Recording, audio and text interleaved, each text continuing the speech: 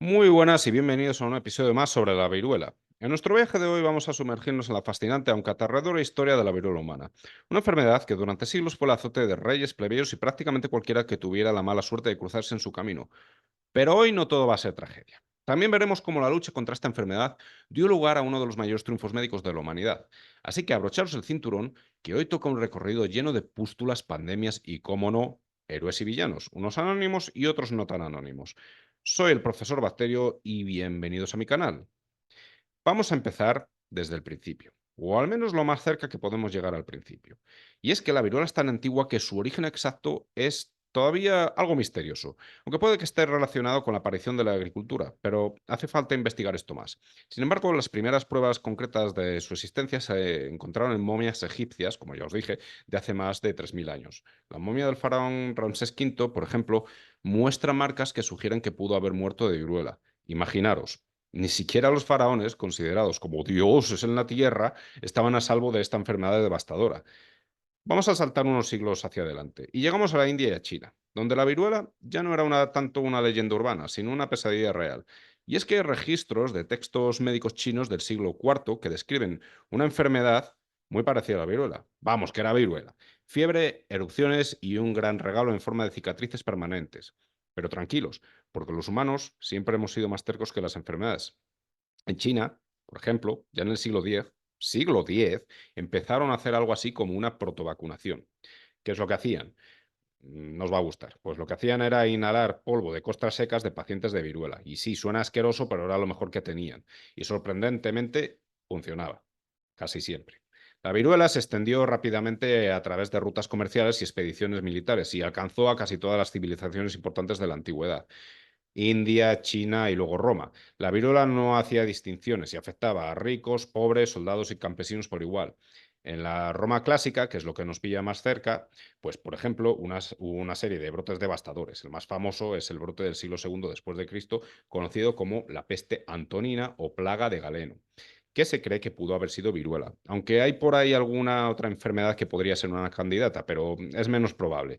En cualquier caso, este brote fue tan letal que mató a millones de personas, debilitando gravemente al Imperio Romano, con todo lo que vino después. Ahora damos otro salto y avanzamos hasta la Edad Media. Y es que con la Edad Media llegaron las grandes epidemias de viruela, y aquí la cosa se puso muy seria.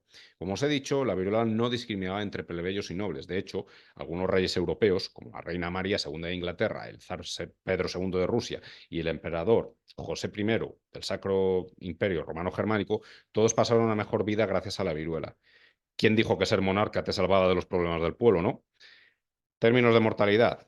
Y es que las cifras de la viruela realmente daban miedo. Se estima que la tasa de mortalidad oscilaba entre el 30 y el 40%, a veces más. Y para quienes sobrevivían, las secuelas incluían cicatrices que les desfiguraba y en algunos casos cegueras. Como podéis imaginar, la viruela se convirtió en una de las enfermedades más temidas de la historia. En Europa, por ejemplo, se estima que en el siglo XVIII aproximadamente 400.000 personas morían de viruela cada año solo en Europa. 400.000 al año, ¿vale? Chúpate esa COVID. Esto no solo significaba un enorme sufrimiento humano, sino que también tenía consecuencias económicas y sociales devastadoras. Las comunidades quedaban desmanteladas y los brotes podían cambiar el curso de las guerras e influir en la política de las naciones. Otro caso notable en la historia es el de la reina Isabel I de Inglaterra, que contrajo la viruela en 1562. Esta buena mujer, ya sé la ironía, sobrevivió para desgracia de todos los españoles e hispanos en general, por cierto, pero quedó marcada de por vida, lo que la llevó a usar cosméticos espesos para ocultar sus cicatrices.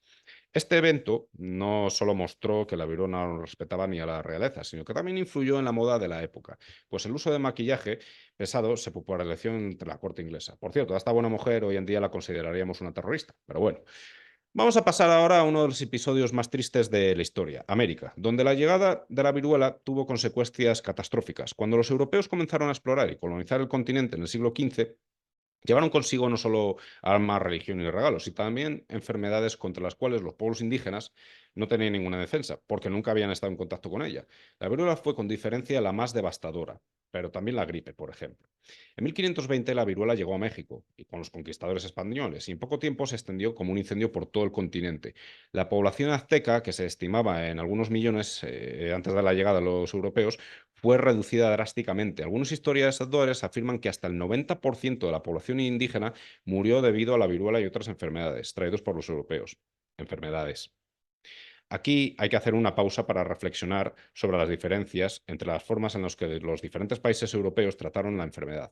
Los españoles, aunque obviamente, y como en toda conquista, hicieron cosas que hoy consideraríamos malas, pues al menos intentaron en ocasiones contener los brotes y proteger a los indígenas en la medida de lo posible, considerando la época de la que estamos hablando. Por dos razones fundamentales. La primera, la cultura católica propiamente española. Y porque al final, la segunda, es porque los seres humanos son recursos necesarios para el mantenimiento de una sociedad. Sin embargo, otras potencias europeas, como los británicos y también los franceses, adoptaron tácticas más sombrías. Es famoso el caso de los británicos que deliberadamente regalaron mantas contaminadas con viruela a los nativos americanos. En uno de los ejemplos, de los primeros ejemplos documentados de guerra biológica, este hecho, aunque escabroso, resalta las diversas actitudes hacia la vida indígena entre los colonizadores europeos. Esta táctica después fue copiada por sus hijos, los estadounidenses. Esto va para que los hispanos, esos a los que les gusta llamarse latinos, que no lo son, y que reniegan de sus antepasados españoles, pues bueno, que os hubiesen conquistado ingleses o franceses. Desde luego no estaríais diciendo estas tonterías, porque simplemente no hubieseis nacido. Esta es la bronca del día, por cierto. Pero ¿qué pasaba en Europa mientras tanto? A pesar del miedo generalizado, la viruela también fue la chispa que encendió una de las revoluciones médicas más importantes de la historia. En el siglo XVIII, Edward Jenner, un médico rural inglés, y sí, había ingleses buenos, obviamente, ya os he dicho que esto iba de héroes y villanos, pues este buen hombre observó algo curioso, y es que las ordeñadores de vacas que contraían la viruela vacuna, una enfermedad similar, pero mucho más leve, que afectaba a las vacas, no parecían contraer la viruela humana. En 1796, Jenner llevó a cabo un experimento que cambiaría el mundo. Inoculó a un niño con material, ya sabéis a lo que me refiero con material, de una pústula de viruela vacuna y luego lo expuso a la viruela humana. El niño no enfermó. Y así nació la primera vacuna de la historia, cuyo nombre proviene de vaca, la palabra latina para vaca. Gracias a este descubrimiento, el concepto de vacunación comenzó a propagarse y con él la esperanza de que algún día la viruela pudiera ser vencida. Si seguís este canal desde el principio, sabréis que no fue el primer intento de vacunación. Ya os he comentado las cosas que se hacían en China e incluso en España. Pero desde luego, este momento con Jenner sí que fue un antes y un después. Otro episodio heroico en la historia de la vacunación es sin duda la expedición Balmis. En 1803, el rey Carlos IV de España, el que estaba especialmente sensibilizado con esta enfermedad porque afectó a su familia, aunque desgraciadamente la viruela no se llevó por delante a uno de sus hijos, el infame Fernando VII, pues Carlos IV decidió que la vacuna debería llegar a todos los rincones de su imperio. Pero había un problema. En esa época no existían frascos estériles ni cadenas de frío. Entonces, ¿cómo transportar una vacuna viva a través del océano Atlántico y más allá? La solución fue tan ingeniosa como conmovedora y podríamos decir repulsiva. Se utilizó a un grupo de 22 niños huérfanos como portadores vivos de la vacuna. Durante el viaje, estos niños fueron inoculados secuencialmente para mantener el virus activo.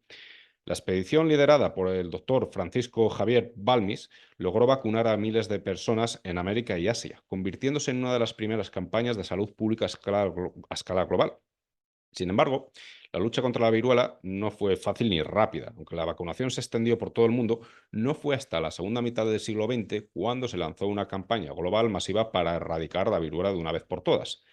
La Organización Mundial de la Salud, OMS, lideró esta iniciativa, que comenzó en 1967. Entonces, esta organización, como otras tantas, molaban, no como ahora. Fue un esfuerzo titánico que involucró a miles de trabajadores de la salud que viajaron a los lugares más remotos del planeta llevando consigo la vacuna y a menudo enfrentando resistencias culturales y logísticas enormes. La estrategia fue tan efectiva que en 1977 se registró el último caso natural de viruela en Somalia. Al siguiente año se produjo la última muerte en Reino Unido y en 1980 la OMS declaró oficialmente la viruela erradicada. haciendo de esta la primera enfermedad humana que la humanidad ha logrado eliminar por completo. Este logro no solo salvó millones de vidas, sino que también demostró que cuando nos lo proponemos y dejamos de lado las estupideces postmodernas de ahora, somos capaces de auténticas proezas. Pero la historia no termina aquí. La erradicación de la viruela dejó un legado importante en la medicina moderna. Por ejemplo, el éxito de la vacuna contra la viruela impulsó el desarrollo de otras vacunas y sentó las bases para la inmunología como ciencia. Además, la campaña de erradicación de la viruela sirvió de modelo para otras campañas de salud pública, como la lucha contra la polio. Y hablando de curiosidades, hay un dato interesante sobre la viruela.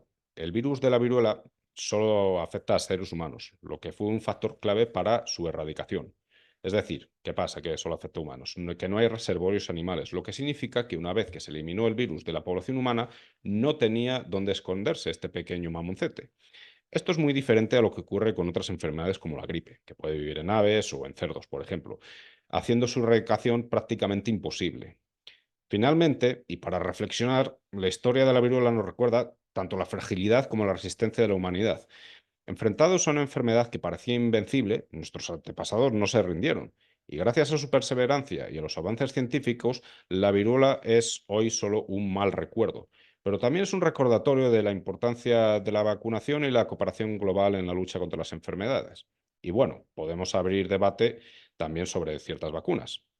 Pero es un hecho que han sido extremadamente útiles. Desgraciadamente, yo soy un poco pesimista y no me gusta por dónde están yendo las cosas, pero al final todos son ciclos, ¿no?